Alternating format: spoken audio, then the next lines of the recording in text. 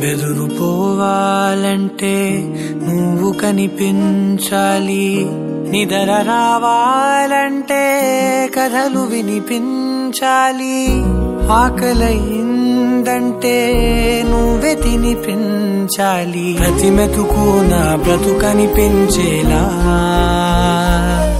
నువ్వుంటేనే నేను, నువ్వంటే నేను, అనుకోలేకపోతే ఏమైపోతాను, నీ కడ చూపే నన్ను కాస్తూ ఉండక తడబడి పడిపోనా చెప్పమ్మా.